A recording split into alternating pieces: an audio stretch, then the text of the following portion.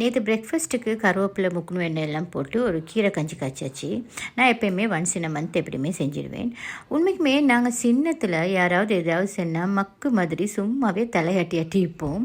ஆனால் அந்த நேரத்துக்கு செய்கிறவங்க ரொம்ப சிறப்பாக செஞ்சுட்டு போய்த்துடுவாங்க. ஆனால் இப்போயுமே அதே மாதிரி தான். நாங்கள் என்னமாலும் சொன்னால் நாங்கள் அதை அப்படியே நம்பிடுவோம். ஆனால் அதே மாதிரி செய்கிறவங்க ரொம்பவே சிறப்பாக செஞ்சுட்றாங்க. இந்த விஷயத்தில் நாங்கள் மாறலையா அல்லாட்டி அவங்க மாறலையான்னு ரெண்டுமே விளங்காது. இப்படி யோசிச்சு உங்களுக்கு என்ன நடந்திருக்கானே நீங்கள் கமெண்ட்டில் ஷேர் பண்ணுங்கள். நான் எப்போவுமே வளமையாக கீரை கஞ்சி செஞ்சால் உண்டு பருப்பு வடை இல்லாட்டி உளுந்து வடை செய்வேன். நேற்று ஹஸ்பண்டும் அவளும் சேர்ந்து உளுந்து வடை கேட்டாங்க.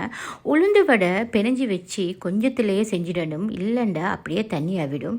நேற்று சூப்பராக வந்துச்சு உளுந்து வடை. அதே மாதிரி கீரை கஞ்சியுமே நல்ல டார்க் க்ரீனாக வந்துச்சு. வீட்டில் உள்ள கீரைனாலும் என்னமோ தெரியா. எப்படியுமே பிரேக்ஃபாஸ்ட் கொஞ்சம் கஷ்டப்பட்டு செஞ்சாலும் இன்ட்ரெஸ்ட்டாக சாப்பிடலுமே தான் அது சூப்பர் பிரேக்ஃபாஸ்ட். தேங்க்ஸ் ஃபார் வாட்சிங்.